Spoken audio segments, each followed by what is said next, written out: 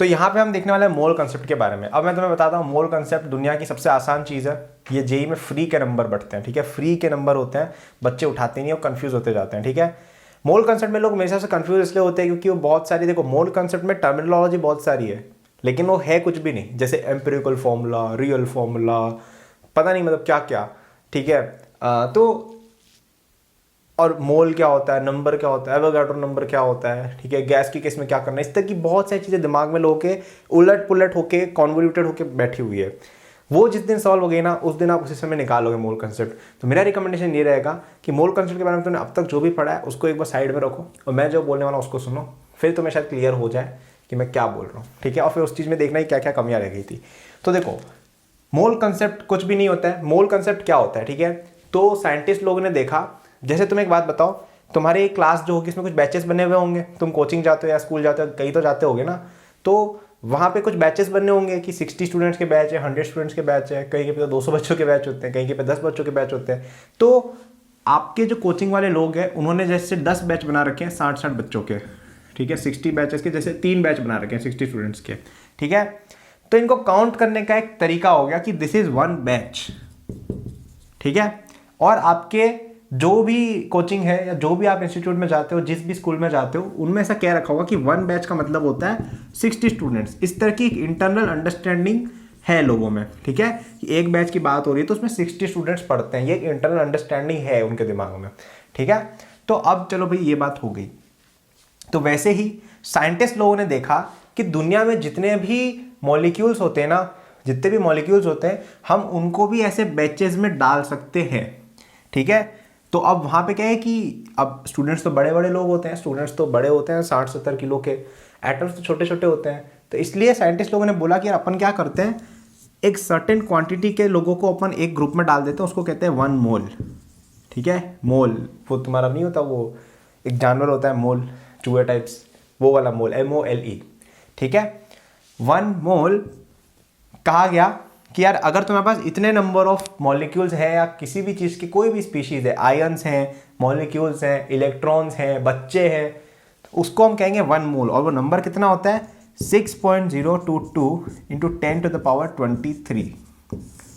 ये नंबर दिमाग में बैठा होना चाहिए, बहुत इंपॉर्टेंट चीज़ है ये, ठीक है। वैसे पेपर में मिल जाती है बट पता होना चाहिए। अप्रॉक्सीमेटली 6 इंटू 10⁻23 भी याद रख सकते हो, ठीक है। तो उन्होंने क्या बोला कि अगर 60 बच्चों को अपन एक बैच बोलेंगे तो 6.022 इंटू 10⁻23 बच्चों को हम बोलेंगे 1 मोल बच्चे, ठीक है। अब यूजुअली ये टर्म जो होती है वो केमिस्ट्री में यूज होती है, तो ये 1 मोल इलेक्ट्रॉन्स को रिप्रेजेंट कर रहे होते हैं, 1 मोल वाटर मॉलिक्यूल्स को रिप्रेजेंट कर रहे होते हैं, 1 मोल ऑक्सीजन एटम्स को रिप्रेजेंट कर रहे होते हैं, इस तरह का रहता है, ठीक है। तो ये तो होता है 1 मोल होता क्या है, ठीक है। आई थिंक यही आधे बच्चों को पता नहीं होता कि 1 मोल की डेफिनेशन क्या होती है, वो सच में क्या रिप्रेजेंट कर रहा है। ये सब एग्जांपल वगैरह लोगों के दिमाग में होते ही नहीं है, जहाँ तक एटलीस्ट मैंने कुछ बच्चों से बात की वो तो यही कह रहे थे। तो ये तो हुआ कि भाई 1 मोल क्या होता है, ठीक है।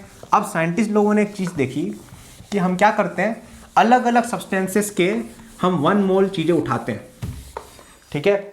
साइंटिस्ट लोगों ने क्या किया, वाटर मॉलिक्यूल्स लिए, कितने लिए 6.022 इंटू 10⁻23, इतने वाटर मॉलिक्यूल्स ले लिए और उनका वजन नापा कि कितना होता है। तो उनको पता चला ये होता है 18 ग्राम। फिर उन्होंने क्या किया, ऑक्सीजन एटम्स लिए 6.022 इंटू 10⁻23 और देखा उसका वजन तो है आपका कितना भाई 16 ग्राम्स, ठीक है। फिर उन्होंने लिए क्या ले, हाइड्रोजन का ही ले लो, चलो इसमें एग्जांपल अच्छा है, तो ये मिला 1 ग्राम का, ठीक है। अब एक्चुअली ऐसा नहीं हुआ था कि इन्होंने मेजर किया और 16 ग्राम हो गया, उसके पीछे की बहुत अजीब सी थ्योरी है, ठीक है। मतलब ये इस तरह का कंक्लूजन नहीं होता है कि यहाँ से तुम उस पॉइंट पे जा रहे हो, बट मैं अभी उस चीज़ में नहीं घुसना चाहूँगा क्योंकि मैं चाहता हूँ समझो कि मोल का मतलब क्या होता है, ठीक है। मैं अभी वो सब बताने बैठ जाऊँगा तो आपका दिमाग इधर उधर घूम जाएगा। तो साइंटिस्ट लोगों ने किसी तरीके से ये मेजरमेंट करके पता चला कि इसमें 16 ग्राम मास होता है। उन्होंने देखा कि इसके में अगर इतने मॉलिक्यूल्स लेता हूँ तो उसमें 1 ग्राम मास होता है। और उन्होंने देखा कि यार ऑक्सीजन कैसे बनता है, H2O कैसे बनता है। H2O बनता है 2 hydrogen atoms plus 1 oxygen atom से। तो ये देखो 2 इंटू 1 ग्राम करेंगे तो कितना 2 ग्राम ये 16 ग्राम ये, अरे देखो ये 2 प्लस 16 18 होता है, ये तो यही आ गया। तो इसका ये मतलब पता चला कि आप क्या करो, अगर आप एटॉमिक वेट, एटॉमिक मास जिसको कहा जाता है, एटॉमिक मास अगर आप किसी स्पीशीज के एटॉमिक मास के बराबर या मॉलिक्यूलर मास के बराबर अगर सब्सटेंस लेते हो, ठीक है, जैसे ऑक्सीजन का आपने लिया 16 ग्राम, अगर आपने एटम्स लिए तो उसमें 1 मोल बाय डेफिनेशन सब्सटेंस होता है, ठीक है। ये चीज दिमाग में सेकंड चीज घुसाओ आज की, ठीक है। पहली चीज क्या घुसानी थी, किसी भी सब्सटेंस के 6.022 into 10⁻23 अगर हमने कोई भी चीज ले लिया, एटम ले लिया, मॉलिक्यूल ले लिए, then they represent 1 mole of that quantity, ठीक है। पहली बात हमने ये बोली। दूसरी बात मैंने ये बोली कि अगर तुम्हारे पास जैसे ऑक्सीजन एटम है या कोई भी स्पीशीज है, उसका अगर तुमने एटॉमिक वेट, अगर वो एटम है तो एटॉमिक वेट, एटॉमिक मास, ठीक है, अगर वो मॉलिक्यूल है तो मॉलिक्यूलर मास, उतना सब्सटेंस ले लिया तो वो 1 मोल रिप्रेजेंट करेगा ही करेगा, ठीक है। तो यहाँ पे 16 ग्राम है, ठीक है, तो देखो 16 ग्राम है, तो उसके अंदर हमने बोला कि इतने हैं, ये एक्सपेरिमेंटली वेरीफाइड है सब, ठीक है। इसमें भी हमने देखा कि अच्छा 1 ग्राम लेंगे तो 1 मोल ऑफ हाइड्रोजन एटम्स, ठीक है। अब अगर अपन की रिएक्शन कराते हैं तो ये देखो 2 ग्राम इसमें हाइड्रोजन है, 1 ग्राम इसमें 16 ग्राम इसमें ऑक्सीजन है, तो ये H2O बनेगा अगर 2 H एटम और 1 ऑक्सीजन एटम लेते हैं। अब रिएक्शन कैसे हो रही है वो बाद में देखेंगे, लेकिन एक बार मान लो ऐसा हो रहा है तो इसके हमारे पास कितने हो गए 18 ग्राम, क्यों, क्योंकि 2 हाइड्रोजन एटम लिए हैं तो ये 2 ग्राम्स और ये 16 ग्राम लिया तो 18, ठीक है। तो हमने क्या बोला कि अब 18 ग्राम बनेगा तो इससे इतने मॉलिक्यूल्स होंगे, ठीक है। ये दूसरी बात बतानी थी, और ये भी एक बड़ा कंफ्यूजन है कि ये क्या होता है, ठीक है। अब सबसे बड़ी बात जो बच्चे पूछेंगे वो ये पूछेंगे कि यार ये ऐसा क्यों हो रहा है कि अपन जब भी एटॉमिक मास के बराबर चीज़ें ले रहे हैं तो उसमें इतने नंबर ऑफ क्वांटिटीज आ जा रही है, ठीक है। वो कहीं ना कहीं आप ऐसा बोल सकते हो, ठीक है। उसका एक्सप्लेनेशन है वो मुझे तीसरे पॉइंट पे लाता है कि आपका कोई भी सब्सटेंस होता है, कोई भी एटम है, ठीक है, वो इलेक्ट्रॉन्स, प्रोटॉन्स, न्यूट्रॉन से बना होता है, ठीक है। यहाँ पे अपन कुछ और चीज़ें भी देख लेते हैं, फंडामेंटल्स ऑफ केमिस्ट्री जिनको कहा जाता है। तो जैसे आपका ऑक्सीजन है, और ये सब तुमने पढ़ा हुआ है पहले से, ठीक है, 9th 10th की चीज़ें मैं रिवाइज करवा रहा हूँ अभी। तो ऑक्सीजन एटम है तो उसमें हम बोलते हैं इसमें 8 प्रोटॉन है, 8 न्यूट्रॉन है और 8 इलेक्ट्रॉन है, ठीक है, ऐसा बोला जाता है। प्रोटॉन प्लस न्यूट्रॉन करते हैं तो उससे 16 आता है, वो उसका एटॉमिक मास होता है। और अगर आपके पास इलेक्ट्रॉन्स है तो वो उसका एटॉमिक नंबर बताते हैं, ठीक है। ऑक्सीजन का पीरियोडिक टेबल में नंबर होता है 8, तो वो बता रहा है ऑक्सीजन, ठीक है, 8 नंबर है, ठीक है। तो अब ये बोला जाएगा कि यार अपन इस तरह का क्यों हो रहा है कि 6.022 into 10⁻³ ही क्यों आ रहा है, ठीक है। अब इसका रिलेशनशिप और अलग आता है। तो यहां पे एक नया एलिमेंट आएगा आपके सामने जिसको कहा जाता है C12, ठीक है, कार्बन 12। ये क्या होता है, कार्बन का वो वाला आइसोटोप जिसके अंदर 6 इलेक्ट्रॉन होते हैं, 6 प्रोटॉन होते हैं और 6 न्यूट्रॉन होते हैं, ठीक है। और वैसे मुझे शायद यहीं से शुरू करना चाहिए था, बट ये एग्जाम्पल में इसलिए शुरू नहीं किया क्योंकि ये चीज़ लोगों के इतने काम में नहीं आती है। H2O तो सबको पता होता है वाटर होता है, तो मैंने सोचा वहाँ से मैं बताऊंगा तो शायद बेटर समझ आएगा। तो अब चलो 2 पॉइंट्स मैंने बताया, दिमाग में घुस गए, ठीक है। अब अपन एक नए पॉइंट पे आते हैं, तो ये इन्फॉर्मेशन एकदम न्यू है, ठीक है। 6 इलेक्ट्रॉन, 6 प्रोटॉन, 6 न्यूट्रॉन अगर तुम्हारे पास है अगर, ठीक है, तो उसका आइसोटोप को कहा जाता है कार्बन 12, ठीक है। अब ये आइसोटोप क्या होता है मैं बताऊंगा आगे। ये होता है आपका कार्बन 12। तो साइंटिस्ट लोगों ने डिफाइन ही कर दिया, ठीक है, कि अगर अपन 12 ग्राम एग्जैक्ट 12 ग्राम, 12.01 भी नहीं, 12.001 भी नहीं, एग्जैक्ट 12 ग्राम अगर अपन C12 लेते हैं, उसके अंदर जितने कार्बन एटम्स होंगे ना वो 1 मोल की डेफिनेशन ही है, ठीक है। Amount of substance, amount of number of atoms contained in 12 gram of carbon 12 is called 1 मोल। और साइंटिस्ट लोगों ने देखा कि इसके अंदर 6.022 into 10⁻23 gram number of C atoms हैं, ठीक है। अब ये क्यों आया, अब देखो वो इसलिए किया गया क्योंकि देखो साइंटिस्ट लोगों को पता है कि इसके अंदर 12 न्यूट्रॉन प्लस प्रोटॉन है, ठीक है। मैं रफली बता रहा हूँ कि ऐसा क्यों हो रहा है, ठीक है, डिटेल में नहीं है, रफली बता रहा हूँ। तो ये 6 है, ये 6 है और इनका मास ऑलमोस्ट सेम होता है, ठीक है, ऑलमोस्ट सेम होता है। तो जैसे इनका मास इतना लगभग कुछ आता है 1.67 into 10⁻27 kg, लगभग इतना मास होता है एक न्यूट्रॉन या एक प्रोटॉन का, ठीक है। तो हमने ये देखा कि अगर एक का मास इतना, टोटल एक कार्बन एटम का मास कितना हो जाएगा 12 into दिस, ठीक है। तो यहाँ पे हमने अजम्पशन क्या कह रहे हैं, पहली बात हमने ये मानी कि न्यूट्रॉन और प्रोटॉन का मास बराबर होता है और वो होता है इतना 1.67 into 10⁻27 किलोग्राम, ठीक है, ये हमने बोला। और एक कार्बन एटम के अंदर ऐसी 12 चीजें होती हैं, तो एक कार्बन एटम का मास कितना हो गया 12 into दिस, ठीक है, क्योंकि ये 12 ऐसे यूनिट से कंपोज है जिनका मास इतना है। तो यूनिटरी मेथड लगा के 12 इंटू दिस हो जाएगा इस एक कार्बन एटम का मास। अब यहाँ पे आप बोलोगे भाई इलेक्ट्रॉन का मास क्यों नहीं लगा, क्योंकि इलेक्ट्रॉन का मास बहुत छोटा होता है तो उसको अपन नेग्लेक्ट कर देते हैं यूजुअली, ठीक है। तो ये हुई एक बात। अगर अपन ने इसके n एटम्स लिए तो उसका मास होना चाहिए 12 इंटू 10⁻³ kg, ठीक है। अब यहाँ पे मैंने kg लिखा, ठीक है। तो याद रखना है आप, यहाँ कोई लोग यहाँ पे 12 लिख के सॉल्व करते तो आंसर गलत आता, क्योंकि वो ग्राम में था। यहाँ पे केजी की बात हो रही, क्योंकि ये केजी में है ना, इधर भी केजी में रखना था, जो मैंने आपको फिजिक्स में बताया हुआ है यूनिट्स एंड डायमेंशंस में।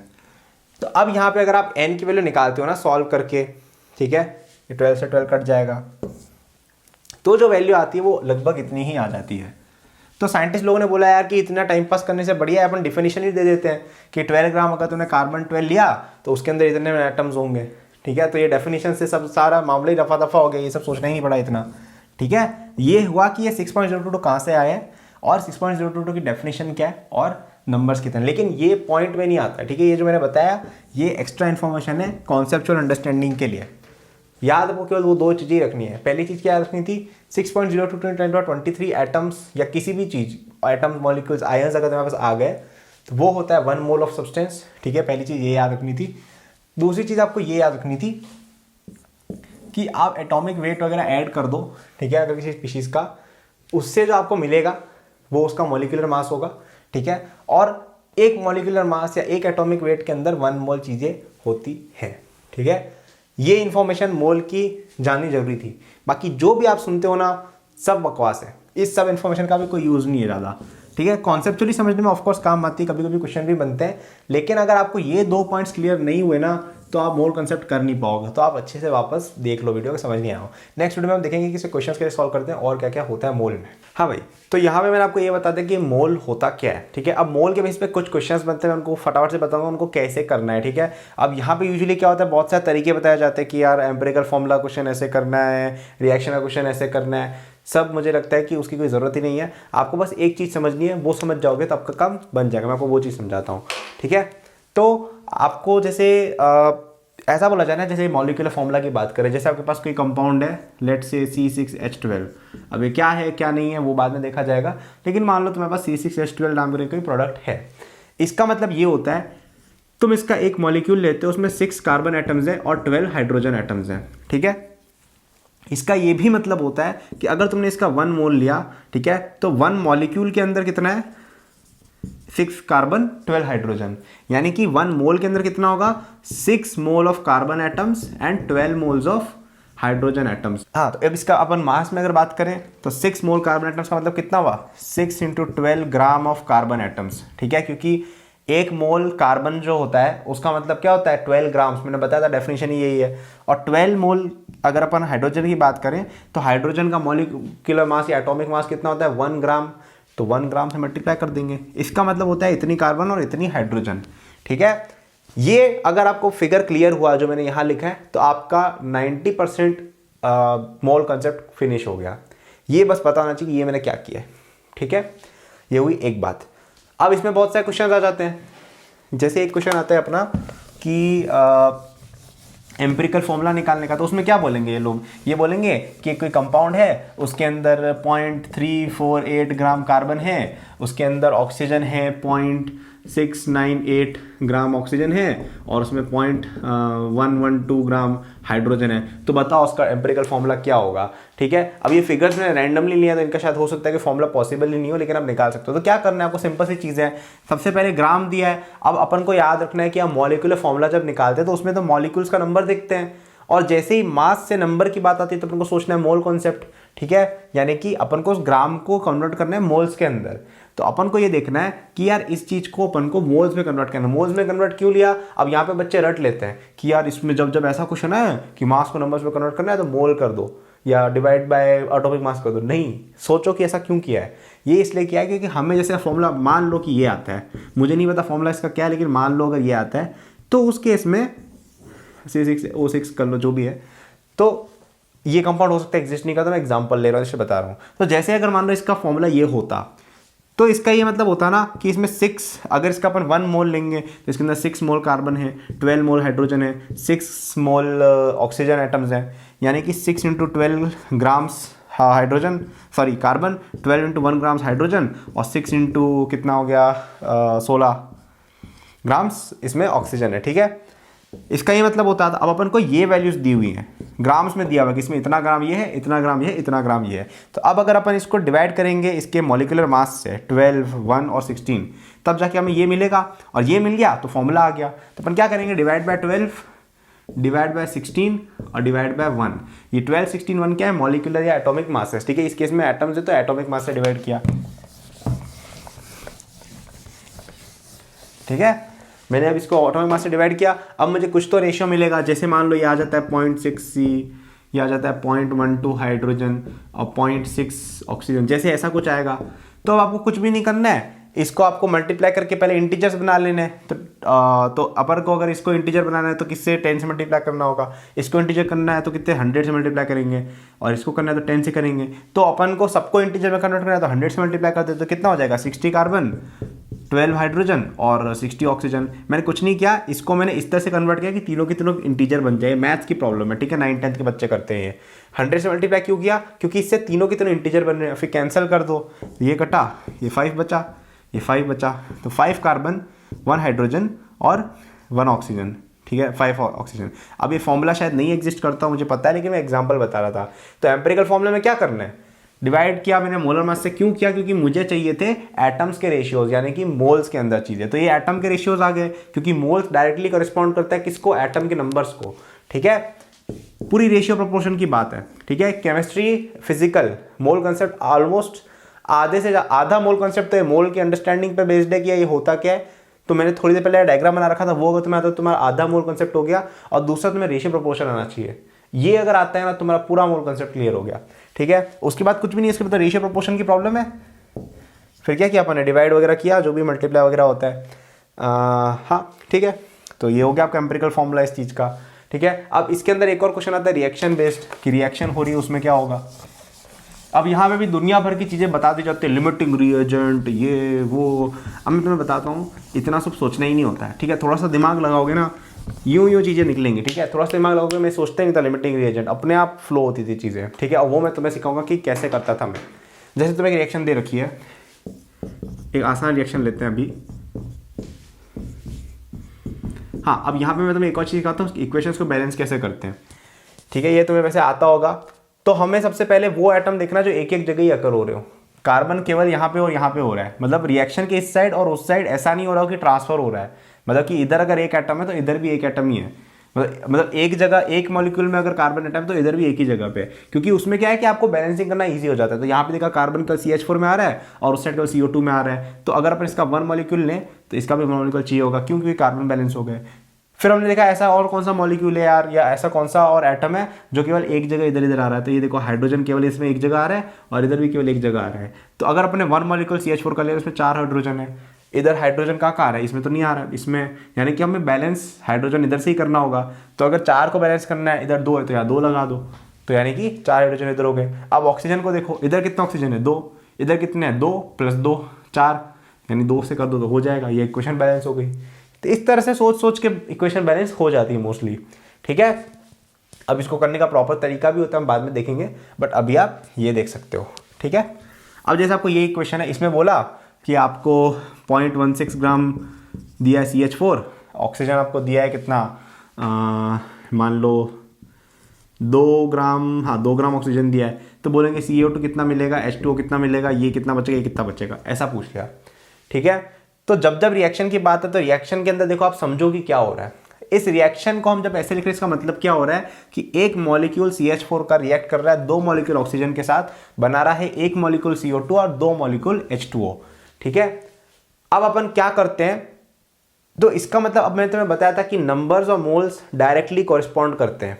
केवल 6.022 × 10⁻23 जो मैंने बताया था ना, उसका फैक्टर आ जाता है। इसका ये मतलब है कि अगर एक मॉलिक्यूल 2 मॉलिक्यूल से रिएक्ट करे तो ये हो रहा है। अगर 2 मॉलिक्यूल 4 या मॉलिक्यूल से रिएक्ट करेंगे तो क्या बनाएंगे, 2 + 4। अगर 3 और 6 करेंगे तो कितने बनाएंगे, 3 और 6। समझ रहे हो, रेशियो लगा रहा हूँ, रेशियो प्रोपोर्शन। तो मैंने क्या किया, दोनों साइड को मैंने 6.022 से मल्टीप्लाई कर दिया, वो जो अपना नंबर था। तो इसका ये क्या मतलब हो गया, 1 mole of CH4 + 2 mole of O2 gives 1 mole CO2 + 2 mole H2O। ठीक है, इसका मतलब क्या हुआ कि मोल मोल से रिएक्ट करके मोल बनते हैं, ठीक है। तो एटम्स या मॉलिक्यूल्स डायरेक्टली कोरिस्पॉन्ड टू मोल्स, ये चीज़ दिमाग में घुसा लो, ठीक है। तो अगर अपन ऐसा लिख सकते हैं तो अपन ऐसा भी लिख सकते हैं। तो हमने भाई ये बोला कि अगर हमारे पास इतना इतना सब्सटेंस है तो इतना बनेगा, और हमारे पास यहाँ पे मास दिया हुआ है, ठीक है। तो मास दिया हुआ है, हमें मोल्स में कन्वर्ट करना है, तो दिमाग में पहली बात आनी चाहिए क्या कि अपन को देखो जब रिएक्शन दे दी है तो दिमाग में आना चाहिए कि मोल के हिसाब से होगी। अब मोल में कन्वर्ट कर देते हैं, तो क्या करेंगे, इसकी मोलर मास से डिवाइड करेंगे। इसका मोलर मास कितना होता है इसका मॉलिक्यूलर में वेट के बराबर, तो कितना हो जाएगा 12 + 4 16। इसके कितने मोल्स हैं 2 डिवाइड बाय, अब ऑक्सीजन का कितना होता है मॉलिक्यूलर वेट 32। अब यहाँ पे इस चीज़ से कोई लेना देना नहीं है, क्यों नहीं है, क्योंकि ये चीज़ ये बता रही है कि रिएक्शन के अंदर क्या हो रहा है, ठीक है। अभी हम रिएक्शन की बात ही नहीं कर रहे, अभी हम देख रहे हैं कितना मास दिया हुआ है। मास दिया हुआ था इतना, तो हमें जैसे ये मास था, हम यहाँ पे मोल्स निकाल रहे हैं, ठीक है। तो यहाँ पे अब तक हमने रिएक्शन की कोई बात ही नहीं की है, ठीक है। तो हम केवल मास निकाल रहे हैं, तो उसमें इसकी कोई रोल नहीं आएगी अभी। तो कितना हो गया 0.01 मोल्स, और ये कितना हो गया 0.0625, ठीक है। ये इतना बचेगा, ये आपके पास 0.01 है, तो ये 0.0625 बचेगा, ठीक है। तो अब एक बात बताओ कि तुम्हारे इस CH4 को अगर हम 0.02 मोल ऑक्सीजन दे दें तो ये रिएक्शन हो जाएगी, ठीक है। और इसका मतलब ये होगा, इसका ही मतलब होगा कि अगर इसको भूलो अभी के लिए कि ऐसा कुछ लिखा था मैं बस ये बोल रहा हूँ कि अगर तुम्हारे पास 0.01 मोल अगर CH4 है, उसमें तो 0.02 मोल ऑक्सीजन अगर डालते हो तो तुम्हें 0.01 मोल मिलता है क्या CO2, और 0.02 मोल मिलता है क्या H2O। और कैसे मिलता है इस इक्वेशन के अकॉर्डिंग कि अगर 1 मोल 2 मोल से रिएक्ट करके 1 मोल 2 मोल दे रहा है, 0.01 0.02 से रिएक्ट करके 0.01 0.02 देगा। और इसका मतलब ये हुआ कि ये पूरी तरह से रिएक्ट होकर खत्म हो गई, ठीक है। CH4 पूरी तरह खत्म हो जाती है, मतलब इसने पूरी रिएक्शन कर ली और CH4 खत्म हो गई। तो अब एक काम बताओ कि अपन इस 0.0624 जो लिखा है ना, इसको अपन दो हिस्सों में बांटते हैं। अरे ये थोड़ा नीचे हो गया ना, ये 0.01 लिखा था और ये 0.02 लिखा था, ठीक है। अब दिख रहा होगा शायद कैमरा में, है ना, हाँ। तो अब अगर अपन मेरा रजिस्टर कहाँ गया, अब भाई मैं ये कह रहा हूँ कि ये जो 0.0625 इसको आप लिखोगे तो 0.02 प्लस 0.0425।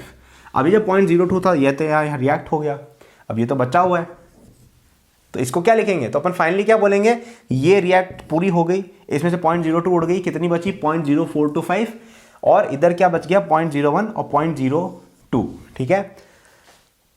अब ये मैंने जो बताया एकदम कॉमन सेंस वाली बात थी। मैंने क्या किया, मैंने तो मैं मास लिए, ठीक है, फिर मैंने उसको मोल्स में कन्वर्ट किया, और फिर मैंने इससे कंपेयर किया यूनिटरी मेथड लगा के। मुझे पता चला कि यार 0.01 मोल जो है CH4 उसको रिएक्ट होने के लिए 0.02 मोल चाहिए, तो रिएक्शन करवा दो, ये दोनों खत्म हो जाएंगे, और जो बाकी बची गैस है वो पड़ी रहेगी। कॉमन सेंस वाली बात है, ठीक है। जैसे तुम ऐसे मानो ना कि जैसे क्रिकेट खेल रहे हैं, ठीक है, और लक्ष्य जैसे केवल 100 रन का बना 50-50 में, तो आगे वाले जो बैट्समैन हैं कोहली, रोहित शर्मा, ये लोग ही बना देंगे, बाकी बॉलर लोग को थोड़ी खेलना पड़ेगा अनलेस कुछ बहुत ही अजीब सिचुएशन हो जाए। तो ये वो वाली बात है कि ये लोग क्या टेल एंडर्स मिडिल ऑर्डर ऐसे ही बैठा हुआ है, ये जो बचा हुआ है ये रोहित विराट इन लोगों ने बना के रख दी है, ठीक है, ऐसी वाली बात समझ लो। तो अब ये चीज़ एकदम कॉमन सेंस थी, ठीक है, लेकिन इसको कहा जाता है लिमिटिंग रिएजेंट का कॉन्सेप्ट, ठीक है। फालतू की जार्गन बना रखी है दिमाग में, पता नहीं कचरा भर जाता है बच्चों की लिमिटिंग रिएजेंट बहुत टफ कॉन्सेप्ट है, कुछ नहीं है, कॉमन सेंस है, ठीक है। अब यहाँ पे अगर ये ज़्यादा होता तो अपन इसके अकॉर्डिंग बात करते हैं। अब आप पूछेंगे कि भैया लिमिटिंग रिएजेंट कैसे निकालते हैं, तो ये सब अब पता है, फिर बच्चे पूरा फॉर्मूला याद करके रखते हैं कि लिमिटिंग रिएजेंट निकालने का फॉर्मूला ये है कि मोलर मास से डिवाइड करके डिवाइड बाय कोएफिशिएंट करो, तो जो कम आएगा ज़्यादा आएगा, सब बकवास है, कॉमन सेंस से काम करो, ठीक है। मोल्स निकाल लिए दोनों के, देखो यार कि रिलेटिव रेशियो किसका ज़्यादा है। अब यहाँ पे अगर ऐसा होता कि ऑक्सीजन कम होती, लेट से ऑक्सीजन 0.05 होती, ठीक है, तो क्या करते अपन, हाँ, तो रिएक्शन नहीं होती, तो इसके हिसाब से रिएक्शन होती, क्यों, क्योंकि ये कम रिएजेंट है, सिंपल सी बात है। इसमें क्या हो रहा है, इसमें ऐसा हो रहा है कि आपके जो बल्लेबाज लोग हैं इतने जल्दी आउट हो गए कि बाकी बच्चों को ओवर ही नहीं मिले, बाकी जो है ना, मतलब दूसरे बल्लेबाज गेंदबाज उनको मिले ही नहीं ओवर, ये वो वाली बात हो गई एक तरह से, अगर आप उसको क्रिकेट मैच की तरह देखो, ठीक है। तो उसमें इसके अकॉर्डिंग कर देंगे, और ये कॉमन सेंस से समझना आसान है। क्या करो, पहले अगर इसके अकॉर्डिंग करके देखते, इसमें देखते कि इसमें बच रहा है कि नहीं बच, सॉरी 0.005 कर दो, ठीक है। अब जैसे 0.005 होता तो उसमें तुम सब्ट्रैक्ट करते 0.02, तो ये तो नेगेटिव चला जाता, यानी कि ये गलत तरीका था, तो अपन इसके अकॉर्डिंग रिएक्शन करा के देखते, फिर जो होता है वो लिख देते, ठीक है।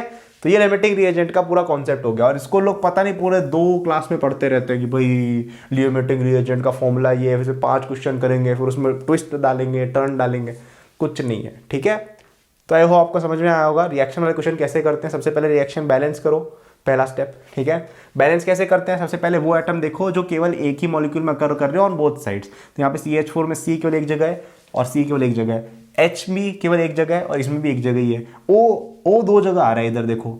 ठीक है, तो उसके केस में डिफिकल्ट होगा, तो आप O से स्टार्ट नहीं कर सकते, आपको C और H को पहले यूज करके फिर करना है। ठीक है, अब कभी कभी ऐसा होता है कि ऐसा पॉसिबल ही नहीं होता है कि सब चीज़ें हर जगह आ रही है, तो वहाँ पे x और y मान के आप कर सकते हो कि x y कोफिशिएंट मान लिए, फिर 3-4 इक्वेशन बना के सॉल्व कर लो। वो वैसे कॉम्प्लेक्स होता है, जेई में इतना नहीं आएगा, क्योंकि अगर उनको इतनी कैलकुलेशन करवानी है तो वो कॉन्सेप्ट टेस्ट करना ज़्यादा पसंद करेंगे कंपेयर टू कैलकुलेशन कराना। ठीक है, फिर क्या किया, मास दिया होगा उसको मोल्स में कन्वर्ट किया, मोल्स में कन्वर्ट किया, फिर अपन देख लो कि यार रिलेटिवली कौन सा ज़्यादा अच्छा है। अब जैसे इसको 1 मोल रिएक्ट करने के लिए 2 मोल चाहिए, यानी कि इसके 0.01 को रिएक्ट करने के लिए 0.02 चाहिए। अगर 0.02 है अच्छी बात है, रिएक्शन करा के बाकी बच्चे रिपोर्ट कर दो। अगर 0.02 नहीं है तो उसके अकॉर्डिंग रिएक्ट कराओ कि यार इसके लिए जितने भी चाहिए उतने घटा दो, बाकी बच जाएंगे और रिएक्शन बाकी करा दो। ठीक है, ये आपका लिमिटिंग रिएजेंट पूरा खत्म हो गया। ठीक है, यही है कॉन्सेप्ट, समझो। अब मैं देखो बता रहा हूँ कि ये जो वीडियो में जो भी बोला ना, बहुत इंपॉर्टेंट चीज़ें, फंडामेंटल कॉन्सेप्ट्स हैं, नहीं समझ में आएंगे आगे नहीं बढ़ पाओगे, और इतना जाना सफिशिएंट था। ठीक है, इसके अलावा जो भी है वो एक्स्ट्रा इन्फॉर्मेशन है। अगर आपको ये समझ में नहीं आ रहा और आप आगे बढ़ रहे हो, बहुत बड़ी गलती है। तो अगर आपको ये समझ नहीं आया, प्लीज़ वीडियो वापस से देखो प्लीज़। ठीक है, उससे तुम्हारा फ़ायदा होगा, आगे दिक्कतें कम होंगी।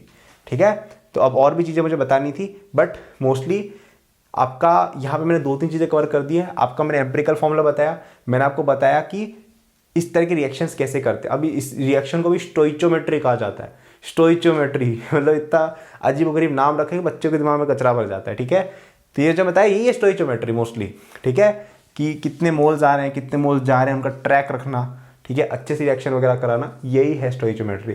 प्रॉब्लम प्रैक्टिस वगैरह हम बाद में देख सकते हैं कभी, लेकिन अभी इन्फॉर्मेशन केवल इतनी ही जाननी थी। अब मैं कुछ और चीज़ें बताऊंगा और मोल कंसेप्ट आपका क्लियर हो जाएगा। हाँ, तो हम पढ़ रहे थे मोल कंसेप्ट, उसमें हमने अभी देखा, अब तक क्या क्या देखा, मोल की डेफिनेशन देखी। ठीक है, मोल टू मास कन्वर्जन्स कैसे होते हैं या मोल टू नंबर कन्वर्जन्स कैसे होते हैं, रिएक्शंस कैसे की जाती हैं, बेसिक्स ऑफ स्टोइचोमेट्री, लिमिटिंग रिएजेंट क्या होता है, इस तरह की चीज़ें हमने देखी हैं।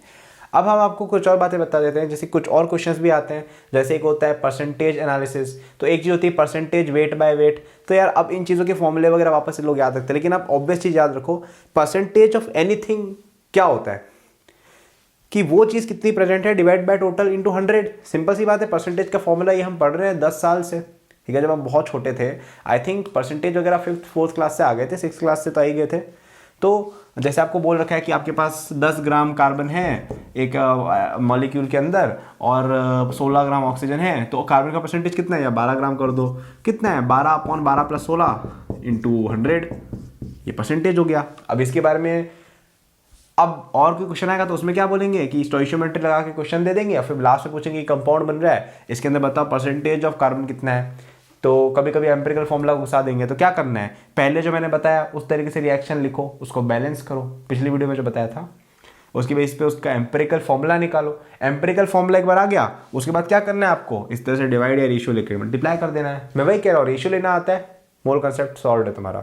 ठीक है, अब एक चीज़ होती है एम्पिरिकल फॉर्मूला से ट्रू फॉर्मूला कैसे कन्वर्ट करें। तो जैसे तुम्हारा एम्पिरिकल फॉर्मूला आया C, ये तो इसका मोलर मास कितना हुआ, 12 + 2 + 16, ये हो जाएगा तुम्हारा लगभग 40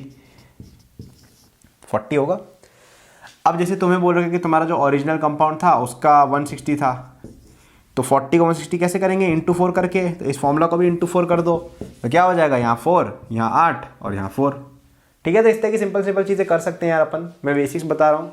अब इन पे लोग पता नहीं 10-20 क्वेश्चन करते रहते हैं। मेरे हिसाब से इससे काफ़ी अच्छा ये है कि आप ये बेसिक समझो, उसके बाद जो इंपॉर्टेंट चीज़ें हैं जो आगे आएंगी उन पे ध्यान दो, बजाय इसके कि बहुत ज़्यादा ध्यान आप इन चीज़ों पे लगा रहे हो कि मोल कॉन्सेप्ट पे बस क्वेश्चन प्रैक्टिस किए जा रहे हो। ठीक है, क्वेश्चन प्रैक्टिस एक पॉइंट ऑफ व्यू से ठीक है कि उससे आपकी स्पीड बढ़ती है, बट उसके बियॉन्ड बहुत ज़्यादा एक ईजी कॉन्सेप्ट की प्रैक्टिस करके कोई मतलब नहीं है, क्योंकि आपको 2 साल ही मिलने हैं। ठीक है, ऐसा नहीं है कि 10 साल तक एग्जाम देते जाओगे कि जितनी मर्जी बढ़ रही प्रैक्टिस किए जा रहे हैं। और काफ़ी बच्चे जो देख रहे होंगे उनके पास तो 1 साल बचा होगा, शायद कुछ और कम भी होगा, तो उस चीज़ के बारे में केयरफुल रहें। अब मैं तुम्हें सॉल्यूशंस के बारे में थोड़ा बता देता हूँ कि सॉल्यूशंस के अंदर कुछ टर्म्स किए जाते हैं।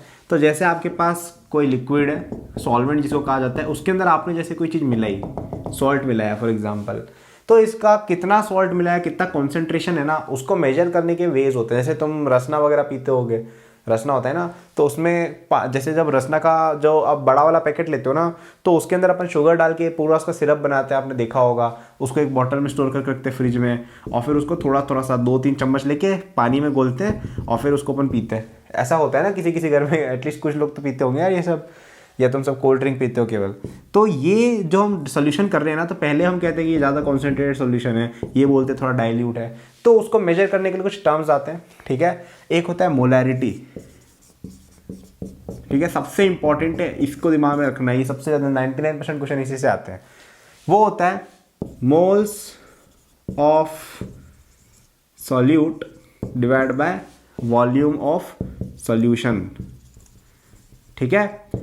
सॉल्यूट का मतलब क्या हुआ, मोल्स ऑफ सॉल्यूट का मतलब समझो, आपने 1 मोल किसी भी सॉल्ट का लिया, ठीक है, वो डिपेंड करता है क्या चीज़ ली है, ठीक है। सॉल्ट लिया तो सॉल्ट का जो भी मोलर मास है, NaCl का जो भी मोलर मास होता है, NaCl जैसे है, तो इसमें ये 35.5 होता है और ये आपका 23 होता है, तो ये 58.5 हो जाता है, ठीक है। तो अगर आपने 58.5 ग्राम NaCl लिया है और उसको डिजोल्व किया है वाटर के अंदर, और 1 लीटर वाटर है, तो हम यहाँ बोलेंगे कि 58.5 ग्राम NaCl तो 1 मोल होता है, तो यानी कि 1 मोल सॉल्यूट है 1 लीटर सॉल्यूशन में, ठीक है।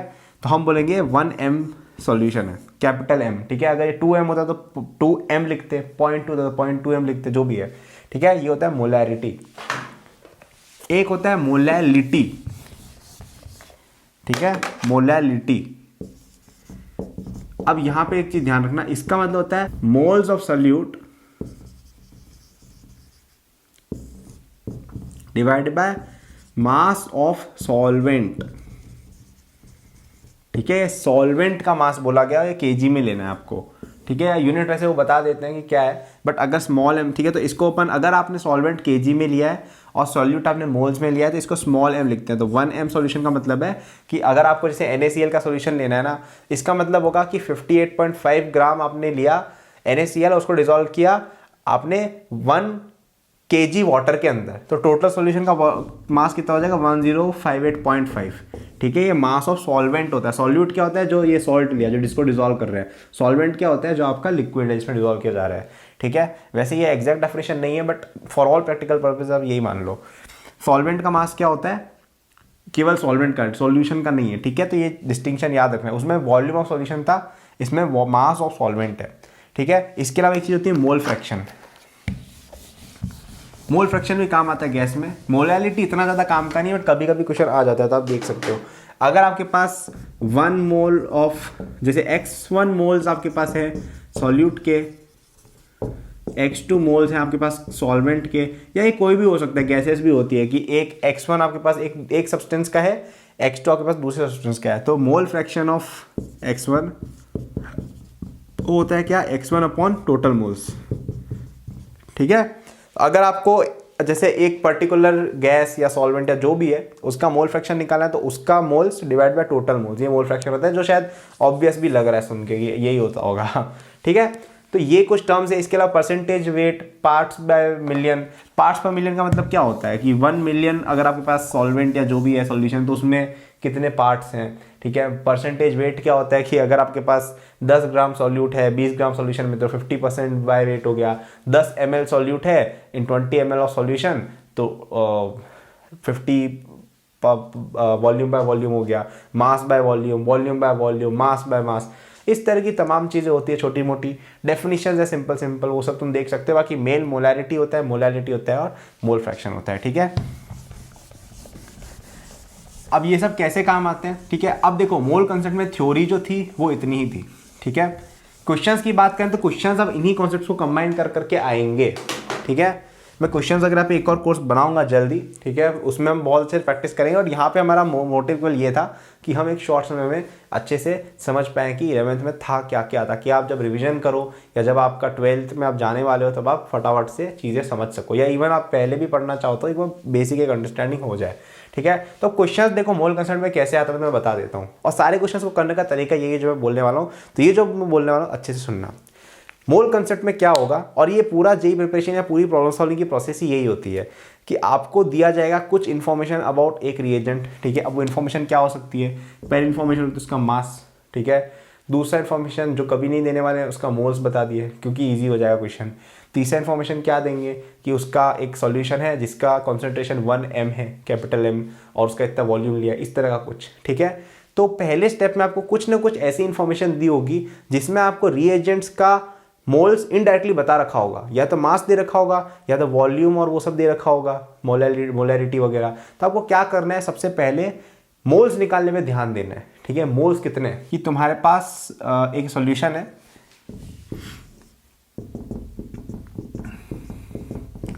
ऑफ HCl, ठीक है, और ये है आपका 1 कैपिटल M, ठीक है, या 0.1 कर दो। एक तुम्हारे पास सॉल्यूशन है NaOH का, ठीक है, और ये तुमने लिया 10 ml, ठीक है, और ये तुम्हारे पास एक सॉल्यूशन है, हाँ, इसके अंदर तुमने डाल दिया NaOH का एक पैलेट, इसमें तुम्हारी सारी चीज़ कवर हो जाएगी। 0.05 ग्राम का मैंने पैलेट लिया NaOH का, इसमें डाल दिया। पूछेंगे क्या बनेगा, कैसे बनेगा, ये क्वेश्चन है जैसे, ठीक है। तो ये क्वेश्चन का एग्जांपल लेके मैं तुम्हें पूरा समझा देता हूँ कि भाई क्या होता है पूरे इसमें, मोल कंसेप्ट पूरा कवर हो जाएगा तुम्हारा। या थोड़ा और अच्छा करने के लिए अपन इसको H2SO4 कर देते हैं, ठीक है, इससे तो क्वेश्चन थोड़ा और अच्छा हो जाएगा। तो मोल कंसेप्ट में आपको देखो क्या दे रखा है, आपको दे रखा है H2SO4 का सॉल्यूशन, उसकी वॉल्यूम और मोल कंसंट्रेशन, और देखा है NaOH का पैलेट का मास। तो सबसे पहला स्टेप आपको मोल कंसेप्ट में ये होता है कि सारे रिएजेंट्स जो भी है उनकी रिएक्शन लिख डालो, क्या क्या हो सकती है। तो अपन यहाँ पे NaOH डाल रहे हैं H2SO4 में, तो रिएक्शन क्या होगी, सिंपल सी बात है, एसिड बेस रिएक्शन होगी। अब तुम में से जो बच्चे नए हैं जिनको नहीं पता ये सब क्या है, तुम आगे जान जाओगे, ये सब तुम खुद देखने लग जाओगे, चिंता मत करना। तो अब ये रिएक्शन होती है तो होती है भाई, ठीक है, इसका कुछ नहीं कर सकते, ये है रिएक्शन। तो बैलेंसिंग करते हैं। बैलेंसिंग में मैंने क्या बताया, सबसे पहले ऐसे एटम्स बैलेंस करो जो दोनों तरफ के एक एक मॉलिक्यूल में आ रहे हो। यहाँ पे ऐसा कौन कौन से एटम्स है, Na है, S है। तो पहले S को देखा है, यहाँ पे 1 मॉलिक्यूल अगर लिया है तो यहाँ पे 1 बनेगा, तो ये चलो 1 1 कर दिया सबसे पहले। NaOH की बात करते हैं, यहाँ पे 2 Na है, यहाँ पे 1 Na है, तो यहाँ पे 2 लगाना पड़ेगा। अब अपन बात करते हैं, चलो अब ऑक्सीजन हाइड्रोजन किसी की बात कर सकते हैं, हाइड्रोजन की बात करते हैं, यहाँ पे 2 हो गए, यहाँ पे 2 हो गए, 4 हाइड्रोजन, और इधर यहाँ पे केवल 2 ही हैं, तो यहाँ पे 2 लगा दो। ऑक्सीजन देखते हैं, इधर 4 है, इधर 2 है, 6 हो गए, इधर 4 है, इधर 2 है, 6 है, तो बैलेंस। तो ये आपकी इक्वेशन होगी, ठीक है। थोड़ा सा मैं इसको ऊपर लिख देता हूँ ताकि तुम लोग को अच्छे से दिखे, ठीक है। तो क्या इक्वेशन थी, H2SO4 प्लस NaOH का 2 molecules gives Na2SO4 plus 2H2O। तो पहला स्टेप था ये कि आप इक्वेशन लिख दो जो भी हो सकती है, तो इसमें एक ही इक्वेशन थी तो वही लिखी। तो अब तुम्हें एक दूसरा स्टेप है कि सारे जो रिएक्शंस हैं उनके अंदर जो रिएजेंट्स हैं उनके मोल्स निकालो। सबसे पहले अपन देखते हैं H2SO4 का, इसके मोल्स कितने होंगे। तो आपको बताया था कि मैंने मोलैरिटी क्या होती है, number of moles divide by volume. Volume दे रखी 10 ml, मोलैरिटी दे रखी 0.1, यानी कि n कितना हो जाएगा, 0.1 इंटू 10 इंटू 10⁻³ ये 10⁻³ क्यों किया, क्योंकि ml दे रखा है और हमें लीटर्स में चाहिए होता है। तो ये हो जाएगा आपको कितना, 0.001 मोल्स। तो ये अपने पास है 0.001 मोल्स, ठीक है। मोल्स से लिखा हो, अंडरस्टैंडिंग है अपनी आपस की। अब देखते हैं इसके कितने मोल्स है। तो इसको तो मास ही दिया है, तो मास जब दिया हो तो मोल्स कैसे निकालते हैं, mass upon molar mass. NaOH का मोलर मास कितना होगा, इसका 23 होता है, इसका 16 होता है, इसका 1 होता है, तो क्या हो जाएगा, ये 40 हो जाएगा, डिवाइड बाय 40 किया, ठीक है। अब ये ग्राम्स था तो चल गया, तो ये हो जाएगा आपका लगभग 1.25 × 10⁻³ तो हो जाएगा आपका 0.00125 थोड़ा। अब ये तो हो गए मोल्स। अब अपन को कुछ नहीं करना है, स्टेप 3 रिएक्शन करवाओ, ठीक है। लिमिटिंग रिएजेंट वगैरह का सोच सकते हो, ठीक है। अब लिमिटिंग रिएजेंट के बारे में तुम फॉर्मूलेबाजी मत करो यार, देख के पता करो। पहले अपन मान लेते हैं H2SO4 लिमिटिंग रिएजेंट है, तो उसके केस में हमें कितना NaOH चाहिए होगा, 0.002 चाहिए होगा, उतना है क्या, नहीं है, तो यानी ये लिमिटिंग रिएजेंट नहीं है, खत्म बात, यानी इसके अकॉर्डिंग रिएक्शन होगी। तो ये पूरा का पूरा कंज्यूम हो जाएगा, और ये कितना जाएगा आपका, इसमें से 0.00125 का 2 डिवाइड बाय 2,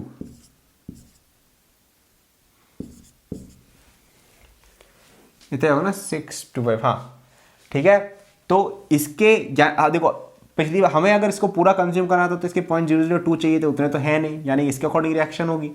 तो इसको अगर हमें पूरा कंज्यूम कराना है तो इसमें से ये पूरा का पूरा चला जाएगा, ठीक है, और इसमें से कितना जाएगा, इसका आधा।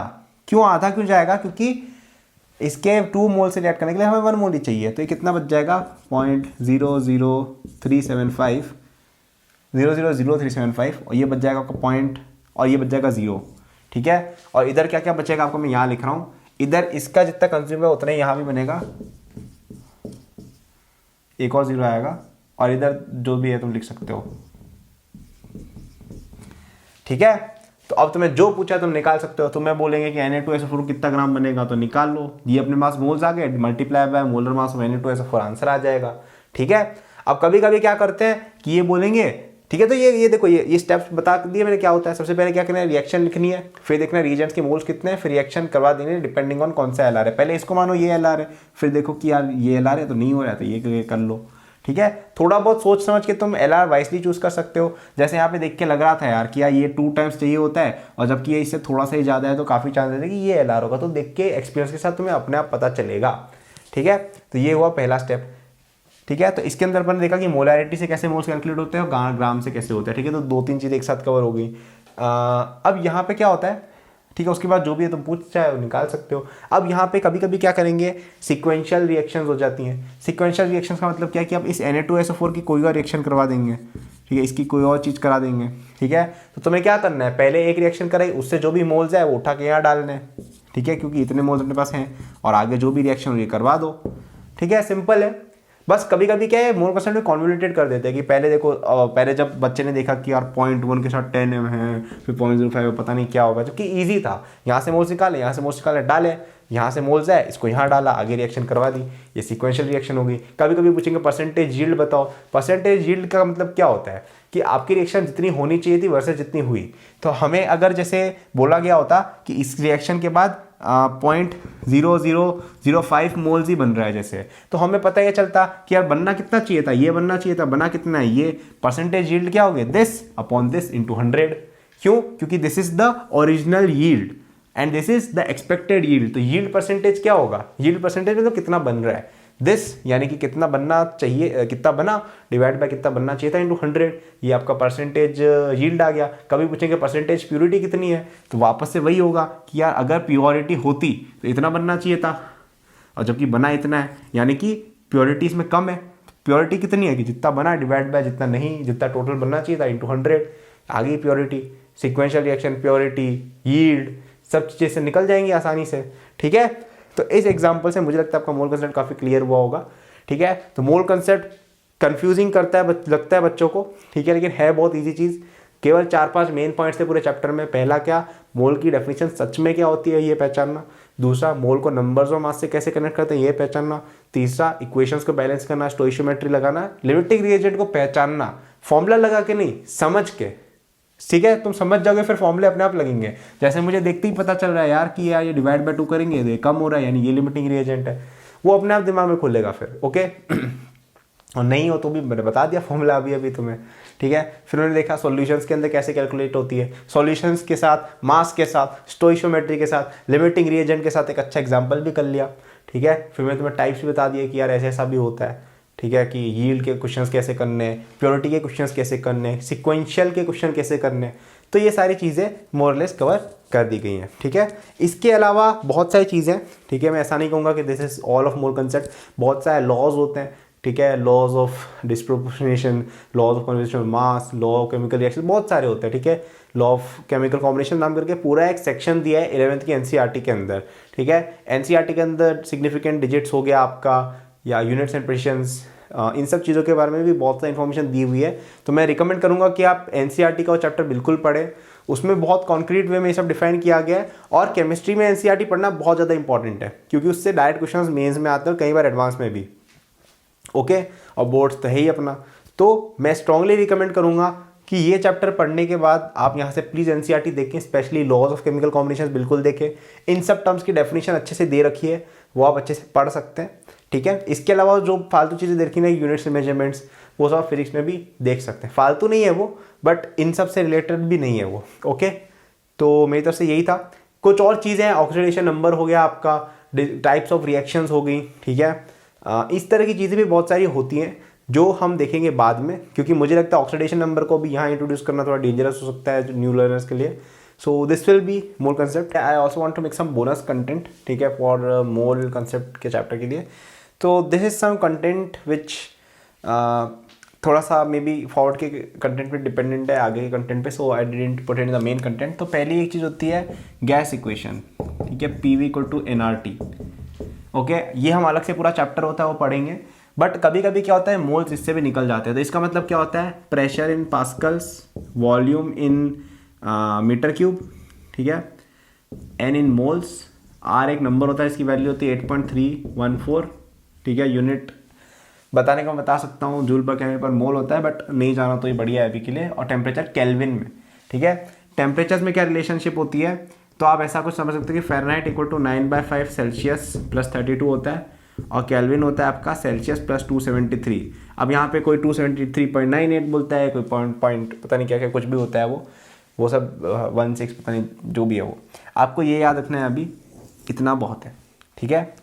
अब यहाँ पे पॉइंट क्या आ रहा है क्या नहीं आ रहा है उसके बारे में नहीं सोचना है, कैसे आया क्यों आया नहीं सोचना है, ठीक है। तो कई बार क्या होता है आपको बोल दिया जाता है कि ये गैसेस के लिए एप्लीकेबल होता है, तो कभी कभी बोलेंगे गैस है, उसका प्रेशर इतना है, उसका वॉल्यूम इतना है, उसका टेम्परेचर इतना है, तो बताओ, और फिर उसकी रिएक्शन हो रही है, तब वो क्या करना है, मोल्स निकालना है इस इक्वेशन को यूज़ करके। तो प्रेशर डालो, वॉल्यूम डालो, डिवाइड बाय R और T कर दो, और T टेम्परेचर किस में लेना है, केल्विन में लेना है, और ये वॉल्यूम मीटर क्यूब में लेनी है, याद रखना है, इंपॉर्टेंट चीज़ है। और R की वैल्यू 8.3 होती है, याद होनी चाहिए। वैसे ये बाद में आप पढ़ लोगे, बट किसी को जरूरत पड़ जाए तो मैंने अभी बता दिया, तो इससे भी मोल्स आप निकाल सकते हो। अब दूसरी चीज़ जो मैंने तुम्हें नहीं बताई थी वो होता है मिक्सचर एनालिसिस, ठीक है। मिक्सचर एनालिसिस में बच्चे बहुत स्ट्रगल करते हैं, तो उसमें क्या बोलेंगे कि आपको 2 कंपाउंड दे रखे हैं, ठीक है, जैसे आपके पास 2 कंपाउंड है X और Y, उनका आपको मिक्सचर दे रखा है 5 ग्राम का, ठीक है, और बोला है कि इसका है ना आप रिएक्शन कराते हो तो पहली, तो इसमें जैसे आप मान लो, हाँ जैसे आप ऐसा मानो ना, जैसे एक है आपके पास CH4 है और एक है आपके पास C2H6, ठीक है, ये 1 ग्राम, ये आपके पास कुछ तो मिक्सचर है जो 5 ग्राम का है, इसको बर्न करने पर इतना ग्राम CO2 प्रोड्यूस हुआ, ठीक है। तो इसमें 2 रिएक्शंस होंगी, पहली तो ये और दूसरी रिएक्शन ये होगी, दोनों से कार्बन और डाइऑक्साइड प्लस H2O बनता है, ठीक है। अब उसमें लेकिन हालांकि इनका बैलेंसिंग करने पर कुछ और होगा, तो पूछेंगे कि इसमें अगर हमारे पास टोटल लेट से 10 ग्राम या 5 ग्राम या 15 ग्राम CO2 बन रहा है, तो बताओ कि इसके अंदर इन दोनों का रेशियो कितना था, दोनों का इंडिविजुअल मास कितना था, इस तरह का कुछ, ठीक है। अब वो बन सकता है नहीं बन सकता वो देखना पड़ेगा, बट जो भी है।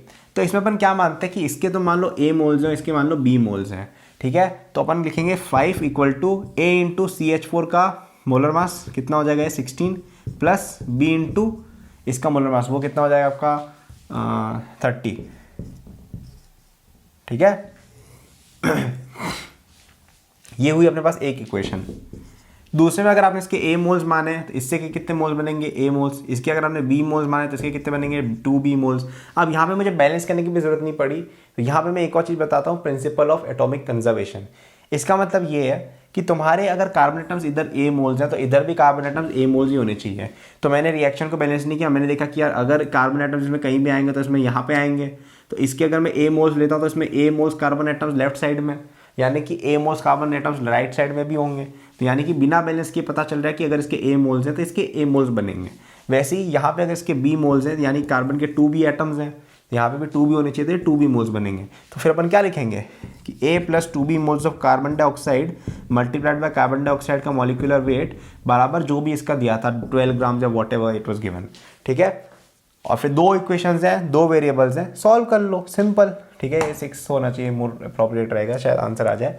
कभी कभी आंसर नेगेटिव वगैरह में आएंगे यानी कि रिएक्शन पॉसिबल नहीं थी, ठीक है। पॉजिटिव आने चाहिए दोनों आंसर्स और निकाल लो जो भी सॉल्व करके। अब मुझे नहीं पता इसका आंसर क्या है, को पता हो सकता है नेगेटिव आ रहे हो, but this was just an example. तो यहाँ पे हमने 2 चीज़ देखी, प्रिंसिपल ऑफ एटॉमिक कंजर्वेशन, मतलब लेफ्ट हैंड साइड पे एटम्स जो टोटल रहेंगे इक्वल टू राइट साइड पे, ठीक है। इससे कई बार बैलेंसिंग करने से आप बच जाते हो। जैसे यहाँ पे देखो मैं बैलेंस नहीं करना पड़ा, क्यों? क्योंकि यहाँ पे C के एटम्स कंजर्व करके हो गया, O के एटम्स भी कंजर्व रहेंगे लेकिन उसमें इक्वेशन चेंज हो जाएगी। क्यों? क्योंकि यहाँ पे ऑक्सीजन एक जगह आ रहा है और यहाँ पे 2 जगह आ रहा है, ठीक है। तो आपको पूरा लिखना पड़ेगा कि इसके ऑक्सीजन इंटू 2 इक्वल टू इसके ऑक्सीजन इंटू 2 प्लस इसके oxygen into 1 moles of the molecule, ठीक है। तो हालांकि मैं कॉम्प्लिकेट नहीं करूँगा इन चीज़ों में जाके, बस हल्का फुल्का याद करो कि ऐसी चीज़ें भी होती हैं। और मिक्सचर जब क्वेश्चन है तो एक इक्वेशन कहाँ से बनेगी, मिक्सचर की कंपोजिशन वाले से, और दूसरी इक्वेशन बनेगी रिएक्शन से क्या हुआ। ए और बी सॉल्व कर सकते हो, 2 इक्वेशन 2 वेरिएबल है, ठीक है। तो ये बस कुछ बोनस कंटेंट था, ठीक है, थोड़ा सा टफ था, इसे मैंने बोनस बना दिया ताकि जो बच्चे इस कोर्स को बेसिक लेवल पे पढ़ना चाह रहे हैं वो लोग स्ट्रगल ना करें ज़्यादा। तो यहाँ पे यही थी, पीवी को एनआरटी पहली चीज़ याद रखनी है। दूसरी चीज़, मिक्सचर में पीओआईसी कभी कभी काम आ जाता है, पीओआईसी इन जनरल भी बहुत काम आता है, ठीक है, बट इसमें क्वेश्चन गलत भी बहुत होते हैं, ठीक है। बहुत बच्चे पीओआईसी के चक्कर में क्वेश्चन गलत करके आते हैं होशियारी में, मैं भी करता था, ठीक है। तो ये कोई स्टैंडर्ड तरीका नहीं है कि मिलेगा भी नहीं आपको ज़्यादा, ये स्टैंडर्ड डॉक्यूमेंटेड, बट कभी कभी काम आ जाता है, ठीक है, जैसे यहाँ पे आ गया। और मैं तो रिकमेंड करूंगा इसको नहीं करो तो अच्छा है, क्यों, क्योंकि क्या है कि देखो जेई जैसे एग्जाम में आप कभी रिस्क नहीं कर सकते कि ये सब यूज करके आप आंसर निकाल रहे हो। जेई में आपको बैलेंस करके ही निकालना चाहिए, तब तक इतनी अंडरस्टैंडिंग हो जाती है कि आपको ये सब करने की जरूरत ही नहीं पड़ती है, ठीक है, अपने आप चीज़ें बैलेंस होते लग जाती हैं। टेस्ट और अगर आप अभी प्रिपरेशन कर रहे हो तो अभी तो यार बैलेंसिंग करो, वो प्रॉपर मेथड है तो आपकी प्रैक्टिस भी बढ़ेगी, ठीक है। तो ये जस्ट एक इन्फॉर्मेशन थी, और बाकी मिक्सचर के क्वेश्चन ऐसे करने हैं, ठीक है। तो this was the bonus content.